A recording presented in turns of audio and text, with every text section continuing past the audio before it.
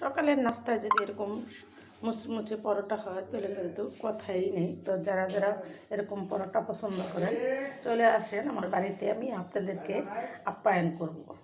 তো আজকে বাসা পাল্টাবো, তো তাই তাড়াহুড়া করে আমার নাস্তাটা তৈরি করে নিই। আমি সব সময় নিজের হাতে তৈরি করেই খাই নাস্তা। এখানে আরেকটা পরোটা আমি বানিয়ে রেখেছি। দেখেন পরোটাগুলো কত সুন্দর হয়েছে।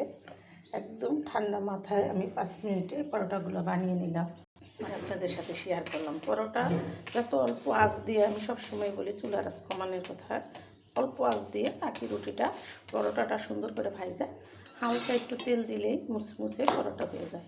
তো আমি এখন 2 পিঠ ভাজা নিচ্ছি, আমি এখন একটু তেল দিয়ে দিব। এই যে হালকা একটু তেল দিলেই পরোটা মুচমুচে করে ভাজা যায়।